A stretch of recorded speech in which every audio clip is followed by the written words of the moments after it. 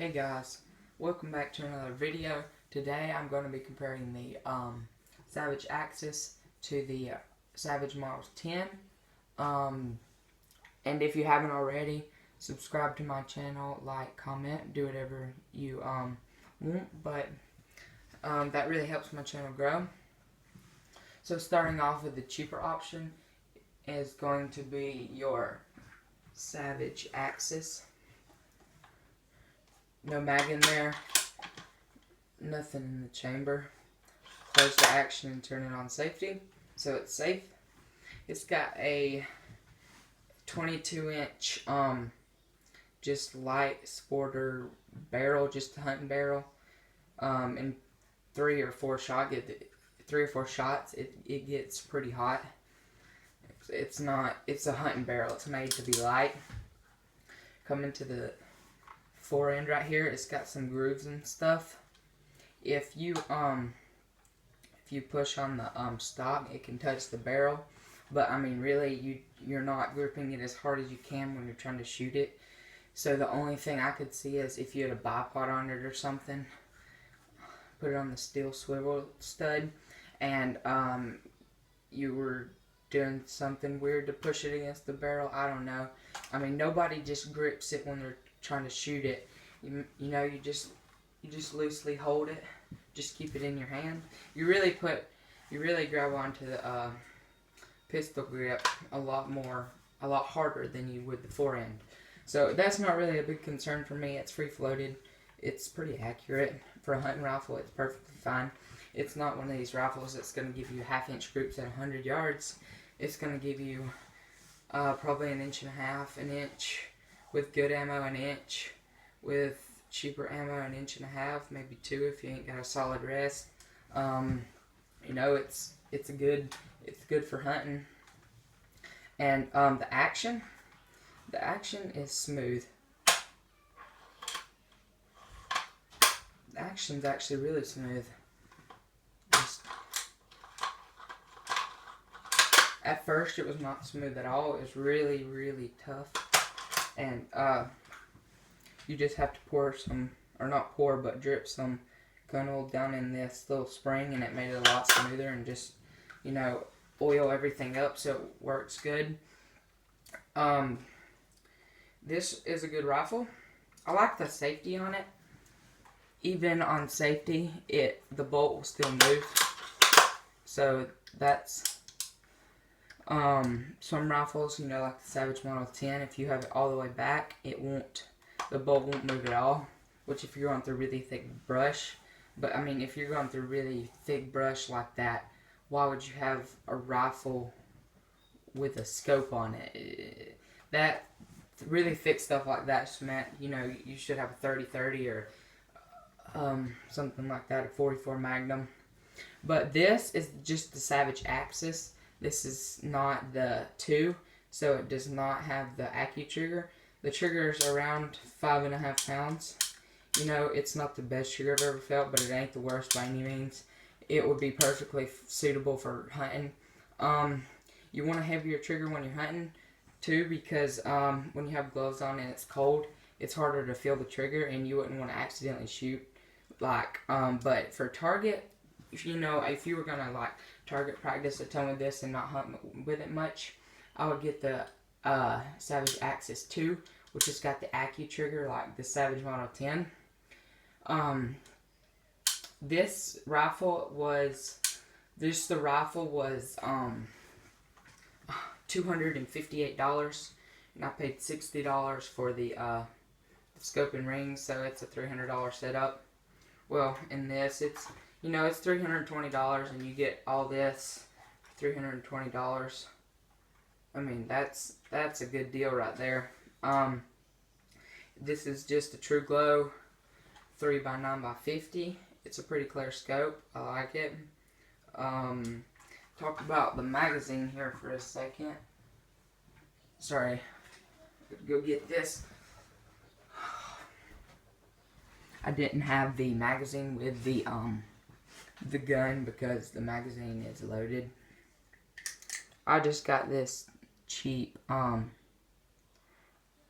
whatever Monarch 55 gram full metal jacket stuff that I'm shooting, just for target practice and stuff. So the magazine is a a steel magazine with a polymer base, and this clip or whatever this is how it connects to the rifle. And people say it would wear out or break. I don't think this would ever break. I think it would wear out after so many times of putting it in the gun or shooting a bunch or whatever. I think it would wear out. But I think otherwise it's a good magazine. It's kind of hard to load at first. Like when you haven't loaded it before, it's hard, but then you get the hang of it and it's a lot easier. So basically how you load it is there's a little open spot right there, and you put the end of your round in there, and then you just push back and it's good to go. The manufacturer, Savage, says it'll fit 4, but I have 5 in there right now, so it'll fit 5. So that's a $320 setup. Now let's move on to the Savage Model 10. Let me scoot back so you can see better. This is the Savage Model 10. Nothing in there, and it has a blind magazine. Nothing in there. It's safe all the way to the rear. It's perfectly safe now. It's got a 22-inch medium contour barrel, I guess you'd call it. This is chambered in 243. It's got a really, really stiff stock. Like you can't move it. You can't make it touch the barrel or anything. But like I said before, I really don't think that's too important for me. They tried to make checkering here, like grips, something to grab onto, but it's not as good as what the Savage Axis has. It's got steel swivel studs front and rear, just like the Savage Axis. Its action is pretty smooth. It binds up easier than the Savage Axis, but the Savage Axis is new with it's lubed up and stuff. This one ain't, so that's probably what's wrong with it. So the action is smooth. The cool thing about this rifle is it has the Accu trigger. This is a very nice trigger. I don't know what it's set at, but it's probably around 3.5, 4 pounds, something like that. I don't know really. But the cool thing about this rifle is the safety. All the way forward is fire, and the action works. To the middle is safe, but the bolt, it still works. So that would be what you would want for unloading it.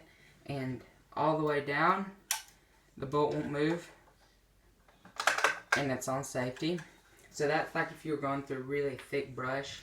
But if you're going through that thick of brush to make your bolt, like this is how much to make your bolt lift up and then eject around, you probably don't need to be using a rifle with a scope.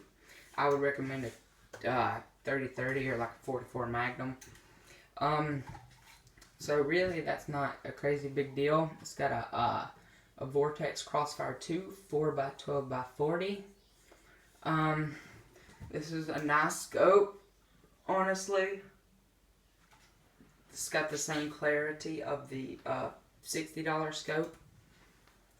Coming back here, there's just, again, tried to make texturing, but it really doesn't work that well. Now coming back here to the butt stock or whatever, the pad on the back, it's very, very, very, very hard. Like they just put it there. Like it ain't soft at all. Like that's hard. I have a Remington 700 308 that kicks less than this thing because of the stock. The butt pad thing. Man, it's like it ain't even there. But this setup is about $650. Honestly, I think the Savage Axis is a lot better deal. in my personal opinion, mainly because, you know, it's the Savage Model 10 is like twice the price, and just the rifle for the Savage Model 10 is gonna run you about $500 for a new one. And I mean, like I said, Savage Axis is a good rifle. It'll only run you like $258 for just the rifle. So, in my personal opinion, the Savage Axis is a better deal. But tell me what you think. Catch you on the next episode. Subscribe if you want. Thanks for watching.